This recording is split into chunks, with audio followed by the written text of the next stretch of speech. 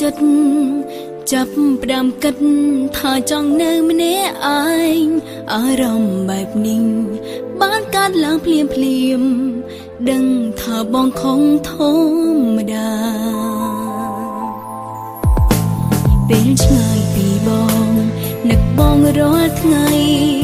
ពេលក្បែរថ្លៃចិត្តនៅតែឯកា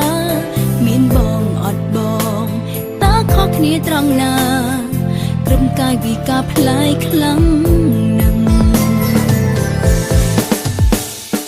បន្តស្រឡាញ់ឬចាប់ផ្ដើមស្អប់បើបងចង់ចប់មុនបាញ់ចាប់ឲ្យអូនដឹងខ្លាំងជាសង្សារគ្នាធ្វើដោយស្អប់ណាស់បើស្អប់ណាស់កុំលាក់បាំងអូនធ្វើអ្វីបន្តស្រឡាញ់ឬចាប់ផ្ដើមស្អប់ស្រឡាញ់សុកលែងជួបមុខដោយអ្នកដទៃខំសួរខ្លួនឯងតើមានខុសអ្វីបើអ្វីគឺបងជាអ្នកចាប់ផ្ដ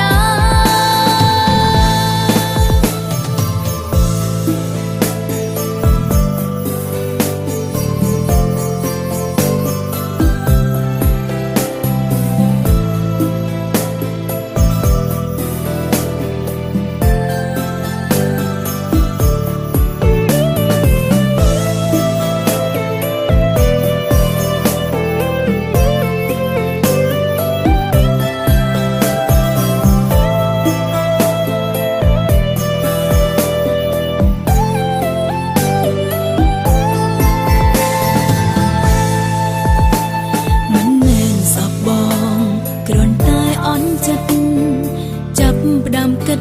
ថាចង់នៅម្នាក់ឯងអារម្មណ៍បែបនេះបានកើតឡើងភ្លាមដឹងថាបងខំធម្មតាពេលឆ្ងាយពីបងនឹកបងរាល់ថ្ងៃពេលក្បែរថ្លៃចិត្តនៅតែឯកាមានបងអត់បងតើខុសគ្នាត្រង់ណាត្រង់កាយវិការផ្លាយខ្លាំង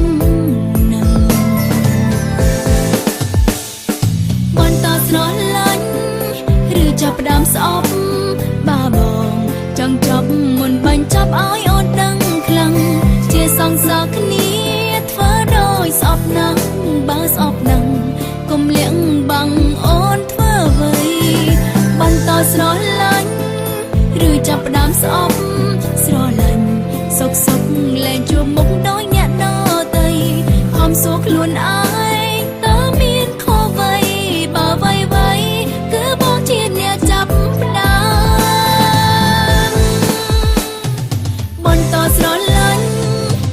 ចាប់ផ្ដើមស្អប់